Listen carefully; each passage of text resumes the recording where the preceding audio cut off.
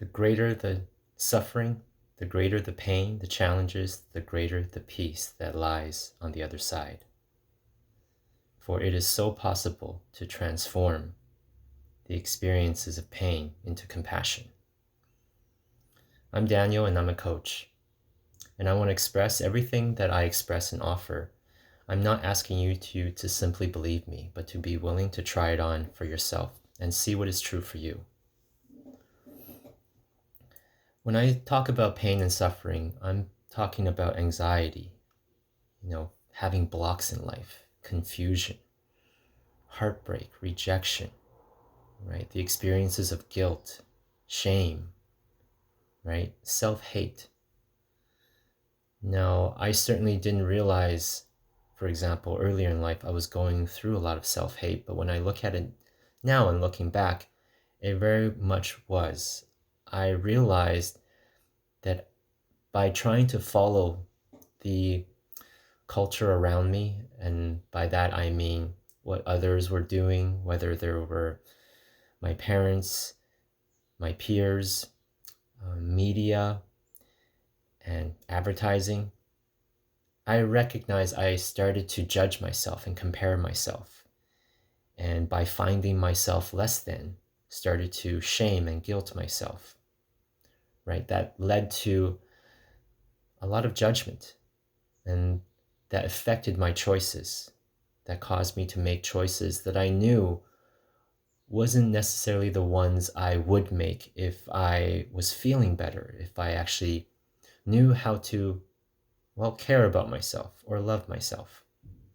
That led to further experiences of challenges, of suffering, through guilt, through creating shame, blaming myself, judging others, judging the world.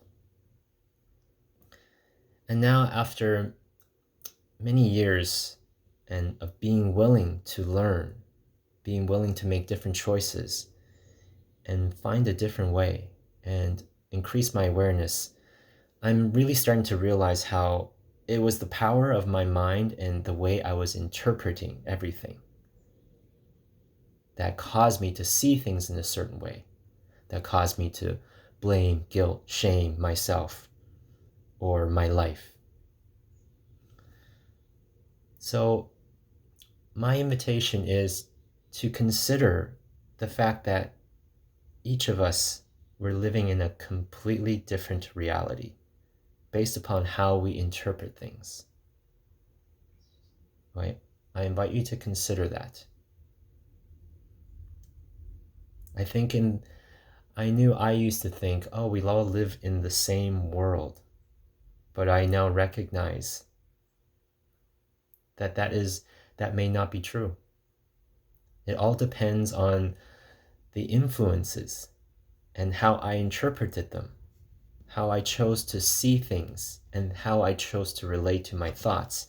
And by taking my thoughts so seriously, I recognize I thought I was less than, right? I compared and judged myself according to what I was suggested to me through advertisement or through media or through the examples of others. And it's over time the willingness to explore in a different way, to explore the nature of thoughts and how I work with them, and how my relationship with my mind, and being so believing all the emotions and all the thoughts that I was creating that led to behaviors, to patterns, to addictions that didn't help me, that wasn't helpful for me to recognize that I was at choice, that I did have choice, and that my birthright, and I believe all of our birthrights, is to be free, is to recognize we are all, amazing human beings, right? Full of potential and creativity in our own way, no matter how others may judge it or I may judge it, right? We really do, each of us do have our own uniqueness and our own gifts and strengths to cultivate. But I recognize I was focusing on, if you will, my weaknesses and how I was less than others, or images I saw on TV or advertisement that are actually, right? Are they really real? So over time, it's realizing, just simply noticing, just noticing when my mind goes into a way of thinking, into a story of thoughts, right? Because one way, inviting you to think of it, is emotion is like a cluster of thought moving through the body, right? And if it doesn't feel good, be willing to not take the thought so seriously. I invite you to just be willing to start to bring more awareness and just be willing to notice your relationship with your thoughts, what story you're telling yourself, and to just notice if it feels good to you or not. And if it doesn't feel good, be willing to not take it so seriously.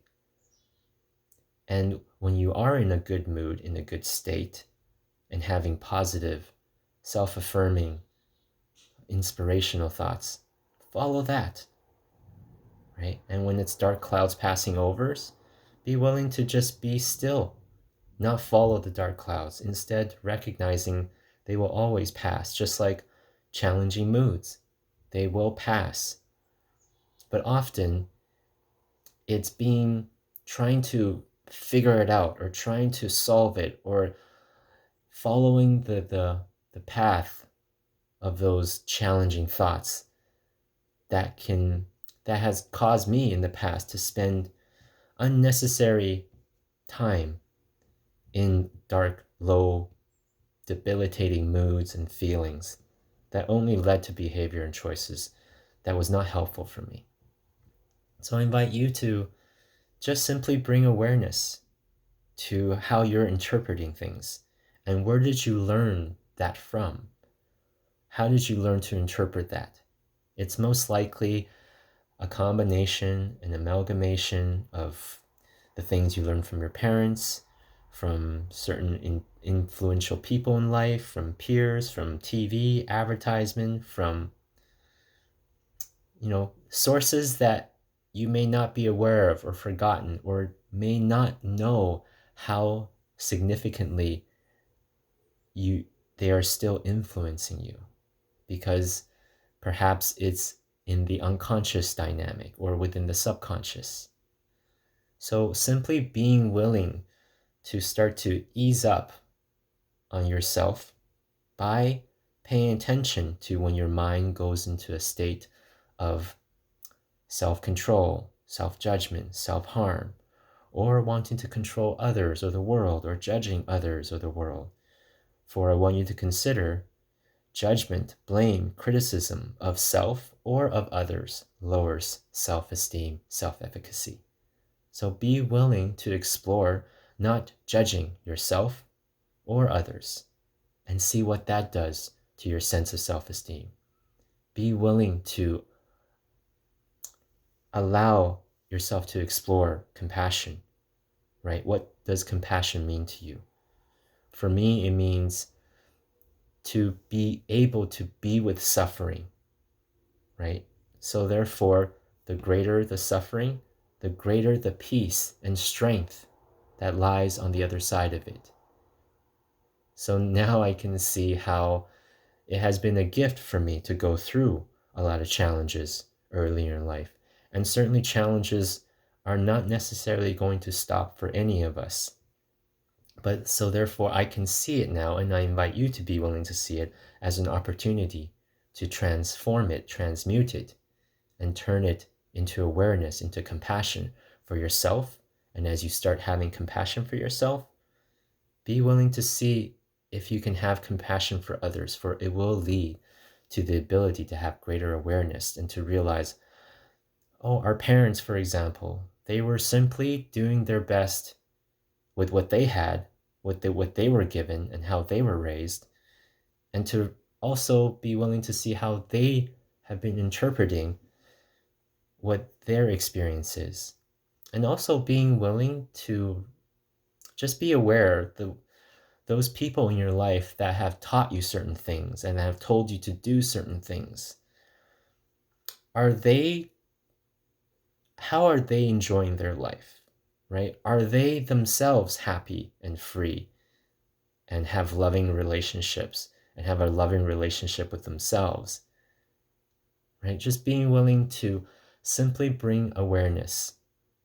So just simply notice, right, your relationship with your thoughts and what you are creating with your thoughts in your mind, while being willing to make different choices, being willing to learn how to support yourself, how to allow more relaxation, how to take it easy, how to make choices that can help increase your well-being in all aspects of your experience. For it doesn't have to be this crazy, difficult thing. In fact, it can be a graceful process, right?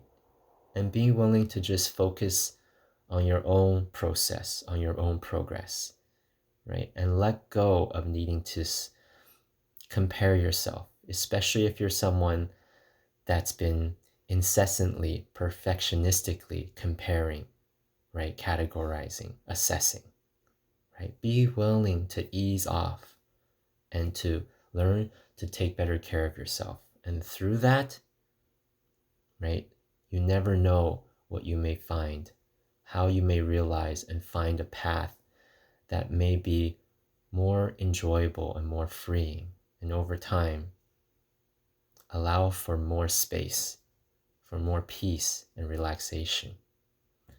I invite you to value peace, to value being relaxed. Thank you for your time. All the best to you.